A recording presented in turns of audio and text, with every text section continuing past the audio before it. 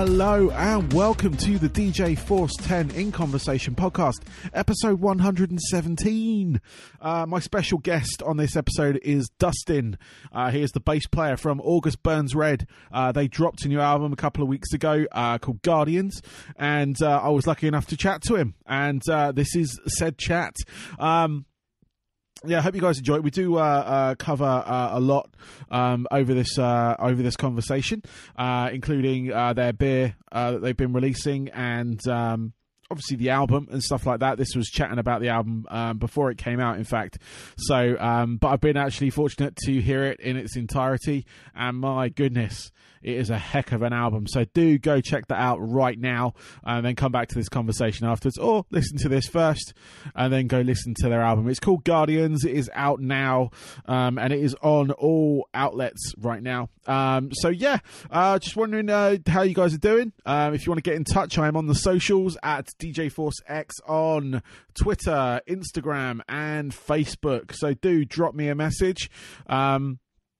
And let me know if you're enjoying the shows and stuff like that, or if you're listening to the bands. I really want to know if you're listening to the bands. That is one of the main things I want to get out of any kind of communication that I have with you guys, would just be if you're checking out these bands, because I am featuring obviously larger bands like August Burns Red, Enter Shikari, Lamb of God, Sepultura, and a whole host of others, but I'm also, the up and coming bands as well. So we've got things like Sydney's Fate, Gold, Frankincense and Myrrh, Shattered Skies, Cold Bones, all those sort of like groups as well that are up and coming. And I just want to know if you've been listening and digging it, really, because every band that I have on this show, I do listen to their music, and it obviously it tickles me the right way, if you will. So I'm enjoying the music that they're putting out. So it's all good. So yeah, thank you for listening, and without further ado, I am going to pass you over to Dustin from August Burns Red. Enjoy.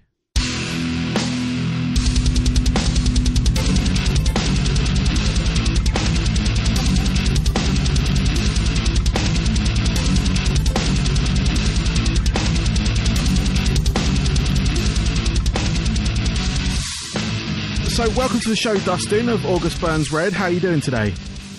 I'm doing fantastic. How are you? Yeah, I'm good, thank you. I'm good. The weather's a bit awesome. It's turning, but it's all right. Yeah, same here. It's very windy, but it's very sunny at the same time. So you look outside and you're like, I want to go outside. You take one step outside and you get hit by 30-mile-per-hour winds, and you go, I'm going to go back inside. Yeah, it's turning here. It's been like a really nice spring, like couple of weeks. Like the weather's been fantastic. Obviously, our time is limited outside at the moment, but right now that's kind of a good thing because it's very grey and it looks like it's about to pour down, so that's fine. Yeah. Sorry, just looking out the window. Cool. So, welcome to the show. Distracted by weather, a typical British intro. You guys have got a new album out tomorrow. As of recording this, it's out tomorrow. By the time this comes out, it will be out now, so everyone go check it out. We'll just start off with the album side of things. It's called Guardians, and it's like this. I've only heard the 3 singles that you've released from it. Okay. But they sound absolutely massive. They sound brilliant. I really love Paramount. Out of the sort of like, if I had to pick one out of the 3, they're all good, but Paramount was my favourite. I was just sort of curious as to sort of like, just getting some more information about the album. What can people expect to hear when they start downloading it or streaming it or whatever they do these days? Yeah, I think that people will hear a super heavy album. We started with Defender, which is one of the heavier songs on the album. We went into Bones to release that secondly, and that is a more like bigger idea, more melodic. And then the final single, which you had mentioned, Paramount, we released that to kind of showcase that we're like, I think that's the most ABR sounding song that we have, like classic ABR, just like a ton of riffs and technical and fast. Those 3 songs kind of show the diversity that is on the album. There is more to it too. Yep. But overall, it's just our heaviest album to date. Cool. It's also our most collaborative effort to date. All of us collaborated so much more than we have in the past, and we're super proud of it. Excellent. No, I was going to ask about the writing process, because obviously you guys have been around for a little while, and I really enjoyed your previous album, Phantom Anthem, which I thought was an absolute great album. I'm also a rock club DJ as well, so I've been playing out some of your tracks there. But no, I was just sort of curious, like, as to the writing process of it, because it does sound there is a bit more like, from the songs that I've heard, there's a just like a bit more diversity. Like I say, it sounds massive. It sounds, there is slight, obviously, differences and stuff, but having heard that you had that sort of like joint collaborative effort, that kind of makes sense, I guess, on that front. Yes. Yeah, so in the past, I had only contributed like one, two, or maybe 3 songs to an album. Like for Phantom Anthem, I wrote 2 songs, Lifeline and Carbon Copy. And for Guardians, JB and I split half of the album, like right down the middle, as far as like the music goes. For the lyrics, that's Matt and Brent. Yeah. And so right then and there, out of the gate, I mean, I'm writing double the amount of songs that I've written in the past, and it's awesome. I love writing music. I'm super happy to do it, and thankful that I have this outlet to be able to do it, because it's, you know, aside from playing music, it's right there. It's like my favorite thing to do. So as far as the creative process went for this album, it was the first album that we split up the recording session. We recorded it in 2019, which was the 10-year anniversary for our record Constellations. And so we had a lot of touring scheduled for that year. So we figured the only way that we would be able to get in the studio and get an album done was if we would divide it over 2 sessions. And so we went in the studio in April of 2019. JB and myself did, and what we did was we only had 8 songs written at the time. We went in there, had a month, recorded guitars and bass, and just put like programmed drums to it that he and I had written, just so we could have 8 songs to take out of the studio and listen to and have, you know, half of the session done just about. Yeah. So we did that in April, and then we did a ton of touring over the summer. That's where we had to do some more writing. And that was what was really nice about splitting up this recording process here, was because you could take those 8 songs that we had and we could listen to them and ask ourselves, what is the album missing? Whereas in the past, we'd go into the studio for every other album we've done before that, and all the songs were already written. So it's like the album is what it is. You know what I mean? Yeah. And so this time it was like, here are the 8 songs we have. What is it missing? And Jake actually had mentioned, like, to JB, which JB then went to me and was like, we need heavier songs. So like just about every song that came after that was like the heavy songs. The heavy songs were like most of the heavy songs, like the last ones to come in. And so after we did a 10-year anniversary tour of Constellations in the US in the summer, we went back into the studio in August and recorded the rest of the songs, and then we got drums done, vocals done, all the auxiliary instruments and stuff like that. So yeah, it was a very unique process for us. Cool. No, that's amazing, and you can hear it in the sound. It's like I say, just I mean, I've only heard the 3 songs. I will hear the whole album, obviously, tomorrow when it's out. But no, it sounds amazing, and I look forward to sort of like playing them out and stuff like that, as well as I look forward to actually seeing you guys live, because that's one thing I have not yet done. But that is you're on my list. So once this whole pandemic thing passes and you guys are back on tour and you hit England, I'll be there. So awesome. Yeah, no, it's like I say, it's like just a massive sound. I had it on my headphones initially. I usually listen to it in my car, but I'm not in my car, like not driving around at the moment. But it was actually just all encompassing. Then I put it through my studio monitors and it's still there. It's just like, it's huge. Was anything changed on the production side of things? We went with the same guys that we always do. Grant McFarlane and Carson Slovak, and we recorded it at Think Loud Studios in York, Pennsylvania. And as far as like the production went, the only thing that really changed was that we recorded the drums in. So there's 2 studios in that room, Studio A and Studio B. Yeah. Studio A is often busy and booked. And we don't get to go in there, but it's a much bigger room. Yeah. And so off of the top of my head, really the only thing that was different was that we took the drums into Studio A and were able to record drums in that studio as opposed to B. Okay. Definitely makes a difference. It's definitely a bigger studio. I think the drums are like some of the best sounding drums we've had. But as far as like guitars and everything else like that goes, we've been working with the same guys since Sled Hill, the Christmas album we did, and every album after that we've done with them. So we love working with them. We know each other really well. We were friends before we started working together, and we just have this great working dynamic and relationship that it would be weird to go somewhere else at this point. I feel. Yeah, no. I mean, I didn't know if you changed it or not, but it was just like there is a definite difference in sound, and it might just be the fact that the drums recorded in a different fashion or a different room. Sometimes that's all it can take. So.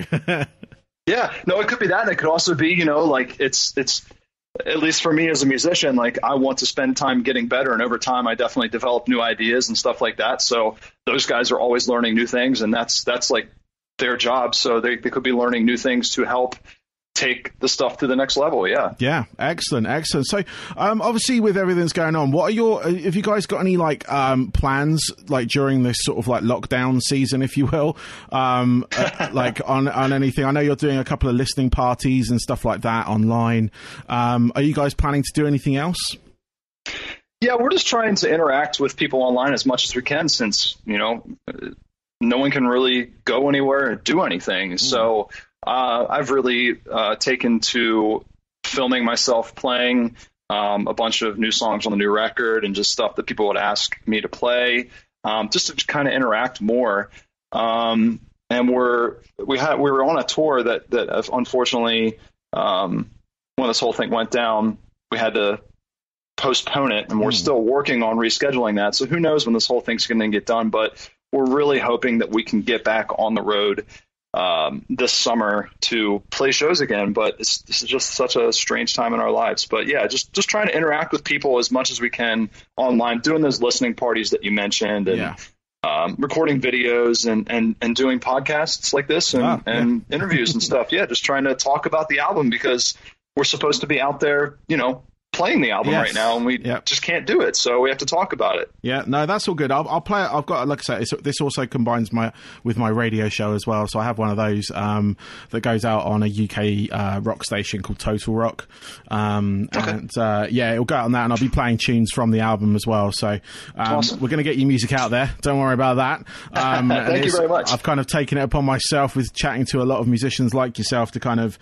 like give them an outlet of some kind during this time, because it also gives me that time as well. So as much as I love my family and everything, like it and I want to spend all the time with them, we always need our little bit times away, and this is my time away. So I hear you. Yeah, and it's true. It's all fun. I've been homeschooling all day, so I'm in kind of like teacher mode as well. So cool. So I've noticed a couple of things. When I was doing a little bit of research into this interview and stuff like that, because I knew a little bit about you guys just through music that I've got of yours and stuff like that. But I noticed you also you're delving into the sort of IPA market, if you will, and you've released, or you've got a beer that's named after you guys.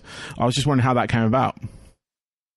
Yeah, so we've released a couple different beers. Okay. It got started with I brewed a beer in 2015 to commemorate the release of our album Found in Faraway Places, and it was just home-brewed, but I bottled it, put a label on it, and just kind of like showcased that. That was one. We're still on Fearless Records, and they were like really all about that. Can you do a beer for the new record? I was like, sure. So I did a beer with getting hops from all around the world, found in faraway places, and brewed it with like Australian hops, British hops, United States hops, German hops, just put a bunch of hops in there. That was the cool idea for that one. Yeah. And ever since then, they kept mentioning, like, we love doing beers. Let's keep doing beers.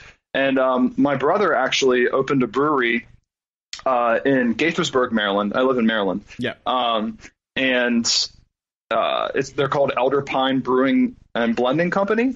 And we were in talks with them about doing some beers to commemorate 10-year anniversary for Constellations. So we did 2 beers last year for that. Yeah. We did a double IPA, and we did a sour. And then we did an IPA for our Christmas festival that we did in Lancaster.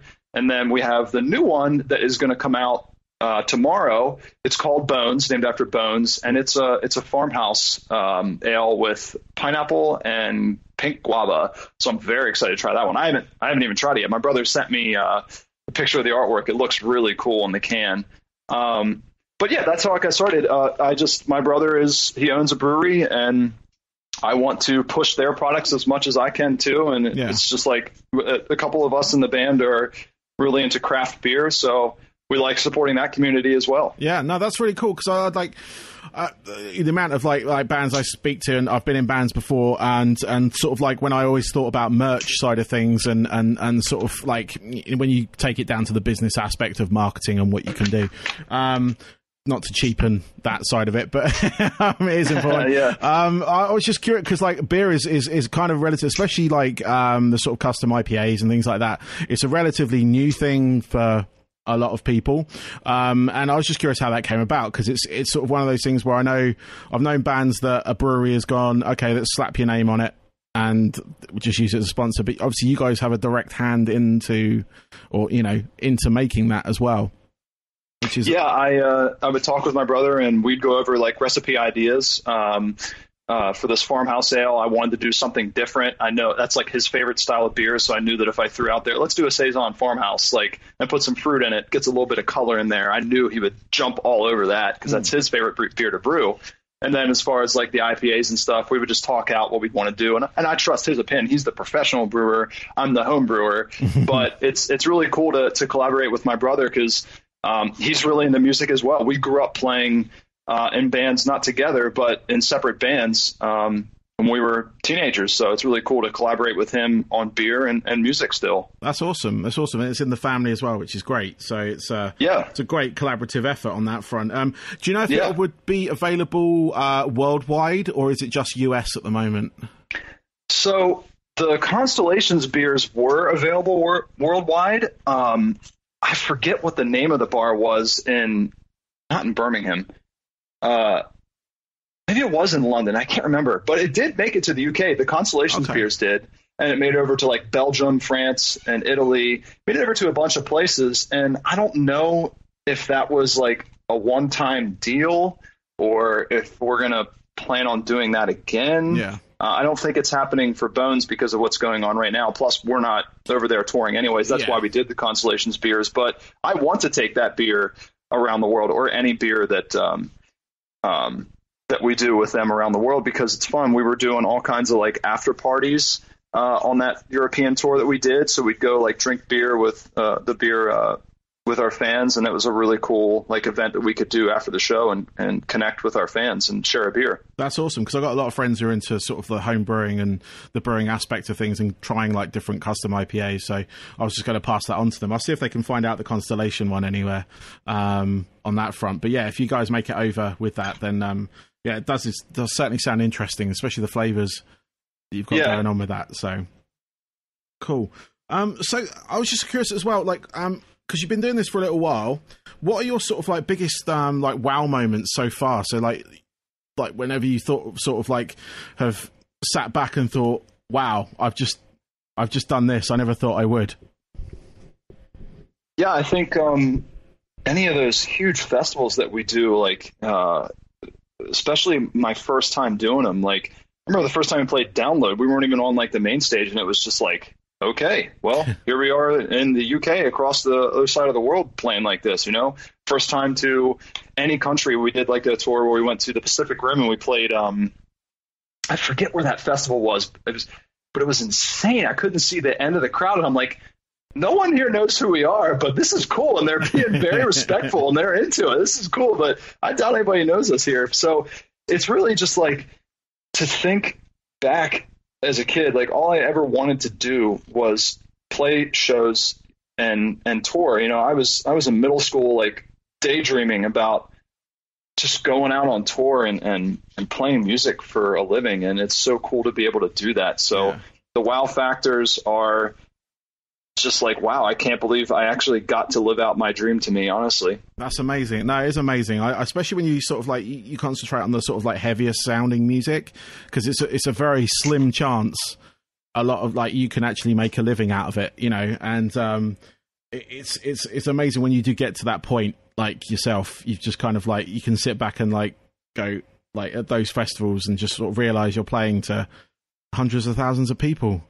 And it's absolutely, it's absolutely crazy. But no, that's really cool. So I've got a couple of questions left for you that I can let you sort of get on with the rest of your day, if that's all right. So I've got one here. It's something like, these are my generic questions, if you will.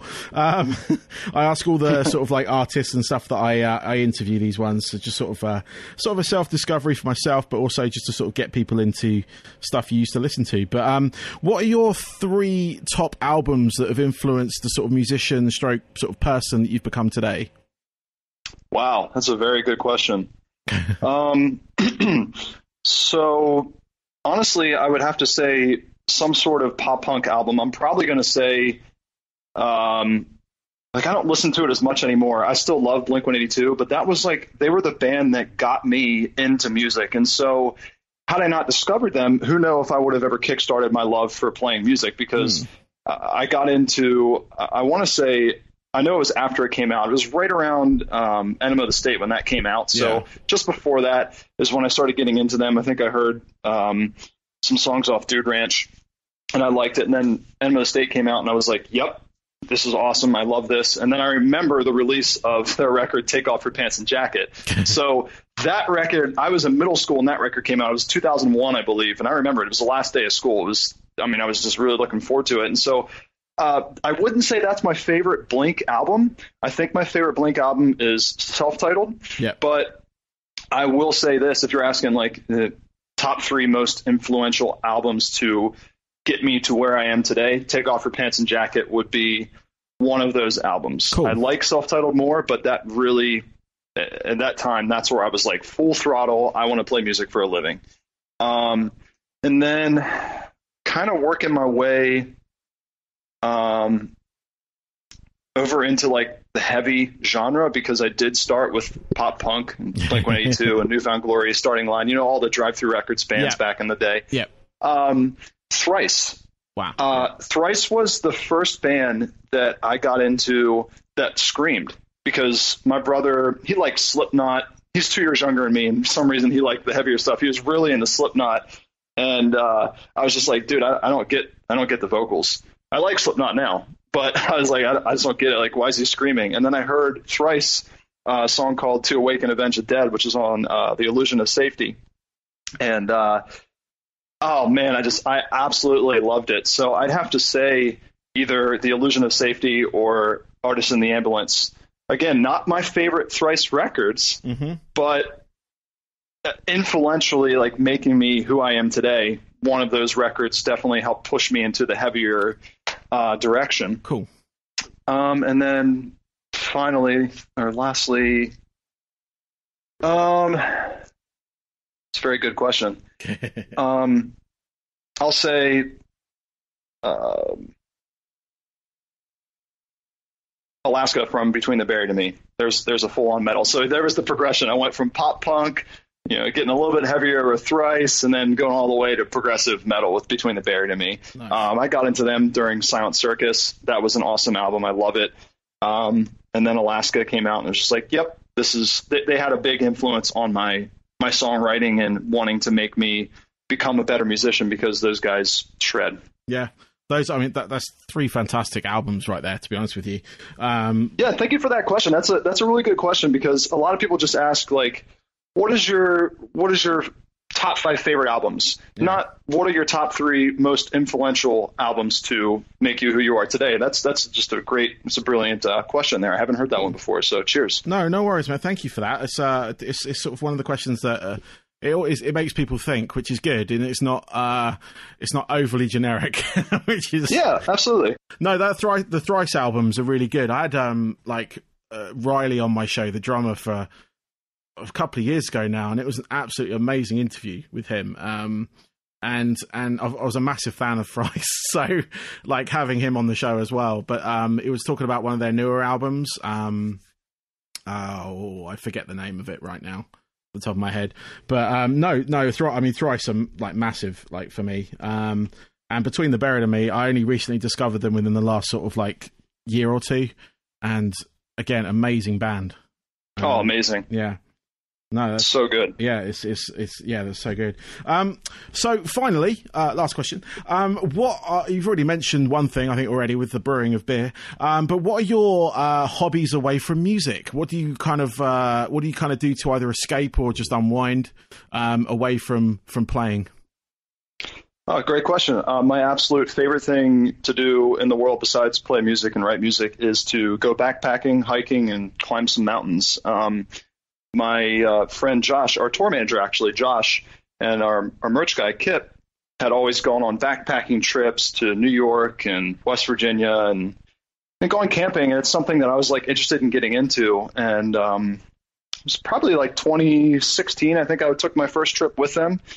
Kind of like showed me the ropes, getting me into it and see if I liked it. And I'll tell you what, man, I fell in love with it from day and night one. It was something that to this day is just like, you think that, oh, you're just going on a camping trip. No, it's so much more than that. It's getting off the grid. It's not having your phone, not having a care in the world, spending time with your friends, walking through nature, and just really getting a good mental reset. It's one of my favorite things to do. I would do it all the time if I lived in an area where I could just like put my things down and go for a hike to clear my head, because it really does just give me this mental reset and just put a smile on my face and release those endorphins going on hikes and seeing those beautiful vistas. It's just like, it's given me so much more than I thought it ever could have. So that's my absolute favorite thing in the world to do besides tour and play music. Oh, excellent. I mean, you got plenty of places in the States to kind of do that as well, like some incredible national parks and just landscapes. I mean, I was fortunate enough to live in the States for a little while. Not one of the sort of like most picturesque areas, but like some of the sort of like places that I managed to visit were amazing. I was based down in Florida, so you got a lot of flat land and a lot of swamps. But, I like the mountains, but there's nothing wrong with Florida. No, but last year I had a family trip to Scotland, and like as part of the UK goes, it's one of the most like beautiful places to actually go. And I ended up like, literally just like, there was no reception on my phone, so I didn't have that. It was just like walking around this it was a town, and there was like hills and like just you're right, it's a great mental reset. It just sort of, because you're not constantly staring, you're not constantly waiting for your phone to buzz or whatever you do with that, and it just sort of like just being up and away from everyone. I had my family with me as well, and they enjoyed going out exploring and stuff like that. So it was just, I totally align with you on that. It's one of those things. And I one day, once I get my sort of like, I need to get my fitness up a little bit, but I want to do like a full proper like trek in the sort of like across like some of the England scapes that we've got here, like a couple of the mountains, and again through Scotland and Wales and things like that. So yeah, it'd be really cool. It's a good reset for sure, and it's great exercise too. Well, there's that too, you see. So I just want to build up, because I had a problem when we went last time, my fitness levels are really bad, and I didn't realize how bad they are until I tried to walk up quite a sort of like a steep incline, and it really took it out of me, and ended up pulling muscles and all that kind of silly stuff. So but no, next time I'll be fully prepared. I'm gonna do a little bit of work beforehand this time. But yeah, no, I love that sort of side of things. So that's really cool. Dustin, that's it. Thank you very much. For everything you've. Thank you very much for having me. The time you've had with me as well. Thank you. Good luck with your album. I'm looking forward to hearing the whole thing tomorrow. I hope to see you guys in the UK once this whole thing blows over. Yeah, me too. I can't wait to get back there. We had some awesome shows last time we were there, and we're just excited to come back whenever that may be. Yeah, cool. So, Dustin, thank you very much again, mate. Have a good rest of your day, and good luck with everything. Thank you. You too. Cool. Thank you, mate. Bye-bye. Yep. See ya.